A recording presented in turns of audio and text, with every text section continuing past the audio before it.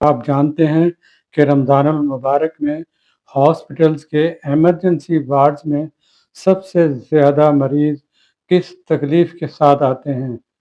وہ ہے گردے کا شدید درد یعنی کہ رینل کولک۔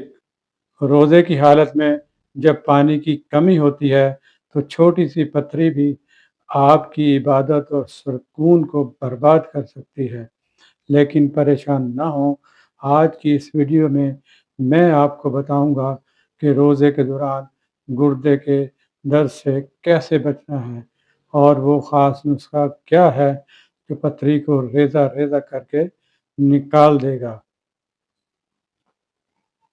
دوستو، روزے کے دوران تقریباً 12 سے 14 گھنٹے ہم پانی نہیں پیتے۔ جب جسم میں پانی کی کمی ہوتی ہے تو پیشاب گاڑھا ہو جاتا ہے اور نمکیات گردوں میں جمنے لگتے ہیں۔ رمضان میں پہلی غلطی جو ہم کرتے ہیں وہ افطار میں بہت زیادہ کولڈ ڈرنکس یا تلی ہوئی چیزوں کا استعمال۔ دوسری غلطی سحری میں چائے کا زیادہ استعمال، جو جسم سے پانی مزید نکال دیتی ہے۔ یہی وہ وجوہات ہیں جو سوئی ہوئی پتھری کو جگا دیتی ہیں۔ اگر آپ کو معلوم ہے کہ آپ کے گردے میں پتھری ہے تو یہ 3 کام لازمی کریں۔ پانی کا صحیح استعمال کریں۔ افطار سے سحر کے درمیان کم از کم 10 سے 12 گلاس پانی وقفے وقفے سے پئیں۔ ایک ساتھ پینا فائدہ نہیں دیتا۔ نمک اور پالک سے پرہیز کریں۔ رمضان میں پکوڑے اور نمکین اشیاء کم کریں کیونکہ سوڈیم پتھری کے درد کو بڑھاتا ہے۔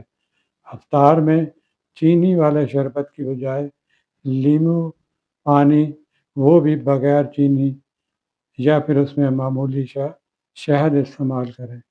یہ جادو کی طرح کام کرے گا۔ لیمو میں موجود سٹریٹ پتھری کو بننے سے روکتا ہے۔ اب نوٹ فرمائیں وہ نسخہ جو آپ کے گردوں کی صفائی کرے گا اور درد میں فوری راحت دے گا۔ اجزاء نوٹ کر لیں: کوکرو یعنی کہ خار خس 50 گرام، سونف 50 گرام، کلونجی 20 گرام، جو خار 20 گرام۔ تیاری کا طریقہ اور استعمال یہ ہے کہ ان تمام اشیاء کو پیس کر سبو بنا لیں۔ آدھا چمچ سحری کے بعد اور آدھا چمچ افطاری کے 2 گھنٹے بعد سادہ پانی یا لسی کے ساتھ لیں۔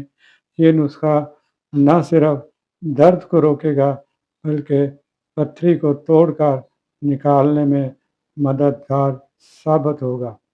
یاد رکھیں، تندرستی ہزار نعمت ہے اور رمضان اللہ کی رحمت۔ اپنی صحت کا خیال رکھیں۔ آپ مکمل یکسوئی کے ساتھ عبادت کر سکیں۔ اگر درد ناقابل برداشت ہو تو فوری طبی مشورہ ضرور لیں۔